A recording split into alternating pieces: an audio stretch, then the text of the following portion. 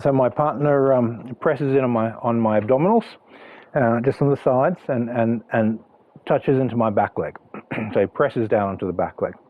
I feel that line of pressure from there to my base. So he's on my foot. His pressure is reaching my foot. So I actually don't have to drop the energy to my foot because it's already there. What I want to do now from there to there is create a stretch, and as I stretch, instead of the pressure being here, I want to stretch it down to the foot. So I'm not doing this type of drop where I tend to run away from it. I just stretch down. Now as I put my awareness under his feet and I stretch down, what this does is, and my contact here has to be relatively light, the downward stretch absorbs and puts a spring underneath his tension, because he's got a line from there to there to my foot. He's pressing onto the foot. Now when I put the stretch down, it puts me underneath the tension he's using to do that.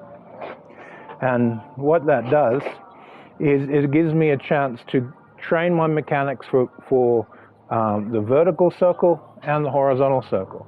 I want to stretch down, and then I do a small turn in the hip, down, small turn in the hip, down and forward movement.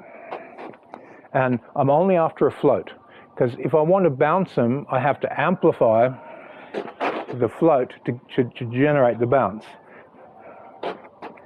And this stretch from there to there, super important. Stretch. Stretch. Because his force is getting absorbed by the fascia of my legs, and this is more grounded than that, it puts me underneath and gives me a mechanical lever of elasticity to connect in. So it gives me the fundamentals of the body mechanics. Now once I've got those mechanics there, I start using my feeling of energy to stimulate the same type of energy with less mechanics. And what this does is it bridges me from the vital feeling into the astral feeling, and then into the mental feeling. So mechanical vital requires a tuning of the fascia to put pressure on my partner. And then if I slow everything down, notice his feet aren't hopping. When I did the first one with vital, the feet, when I do astral, it's sort of like everything sort of becomes a bit more floaty, like you're in the swimming pool effect. And then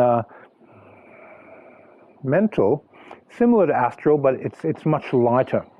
It's absorbing into the mental space. Now from there,